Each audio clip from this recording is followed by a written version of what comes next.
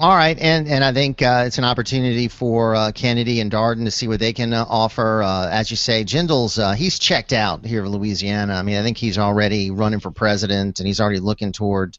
Not that he was ever really checked in. I mean, I think he was really running for president really from day one anyway, from when he was first elected as governor, but even more so now than ever. Let's take some calls. Yeah, and let me just mention this. I personally, think that he probably had some ambition way back 6 years ago.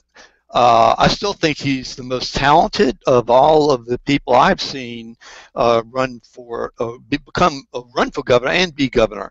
And I just think that his ambition, his raw ambition, really soured a lot of people on him. And it's not his philosophy. It's his ambition. That I think really has caused his downfall here in Louisiana. Look at what he does. He does interviews with national shows like Face the Nation. He'll go on Fox News, but he won't do local interviews. Sure. He'll make news conferences in front of the White House, but he won't do it here locally. Sure. So, I mean, he's really showed his disdain almost for his own constituents that put him into power.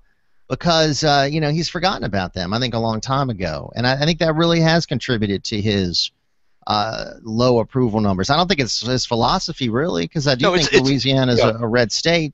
Yeah. I just think it's how he goes about his business, which has been so, I think, upsetting to people here. Yeah, exactly. I totally agree with that. All right, let's take some calls. 504-556-9696. Our friend James in Metairie is with us. What's happening, James? Well, good morning to you, Jeff, and same to you, Steve. Bobby Jindal seems to have his ambition seems to greatly outpace and outperform his performance as governor. When Vitter gets in the governor's mansion, and I think that's almost a sure thing, and it's a tragedy for Louisiana. The C.B. Forgodston's list of the L.A. Misery Index, we're 50th, 49th. Vitter comes in and can improve that. He can show that he's done something in the state. So maybe that's because Jindal's performance has just been in the gutter. I don't know how this guy thinks he can go on to a higher level position of responsibility, because his record, Jeff, based on his record, it just wouldn't work. It's probably he thinks he can charm people into voting. Well, let's just talk about that for a second. His accomplishments, I'm trying to think of what his accomplishments would be. I guess he would point to the ethics bill that he passed and maybe the voucher bill, because he didn't get his tax reform through. Steve, the ethics bill was very incomplete and didn't really include the executive branch. And the voucher bill has really been challenged in court, and we still have, if I'm not mistaken, court challenges going on as far as that program. Right. What would you say his biggest accomplishments are? Without doubt, economic development. And would I call him a failure? No, because I think that Steve Moray, who he chose for Secretary of Economic Development, who I think that we question whether or not he was worth the amount of money that he was going to get for salary. I think Steve Moray has done a really terrific job, and I think that if you look at what is going on with the quote $70 billion worth of projects that people are talking about, but I haven't seen personally, I think that economic development is definitely his strong suit. Would you agree with James? Would you agree with that? Well, Jeff, I'm looking at a column that Elliot Stonecipher wrote about 2 weeks ago, and despite what the Jindal administration tried to spin those numbers as far as population growth, according to the demographer, the most well-known or visible demographer, every day, Jeff, it continues the bleeding, the out-bleeding of residents in the state. 50 people a day, or 50 residents a day, more than 2 residents an hour, continue to leave the state. And a lot of this because, I'm sorry, go on.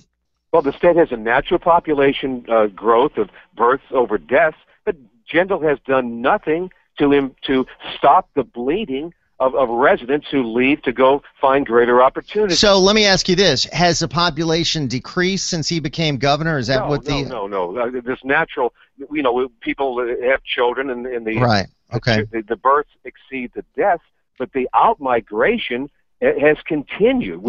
People who are here, raised here, educated here, continue to leave. So out-migration is outpacing in-migration. Absolutely. According to Elliot Stonecipher, it's a fact, and Jindal has done nothing to make that better. So, Steve, how can you have economic development if we're still losing more people than we're bringing in? And talented people, talented taxpayers continue to leave, Jeff. That is a record of failure. Yeah, I would agree with that. Steve?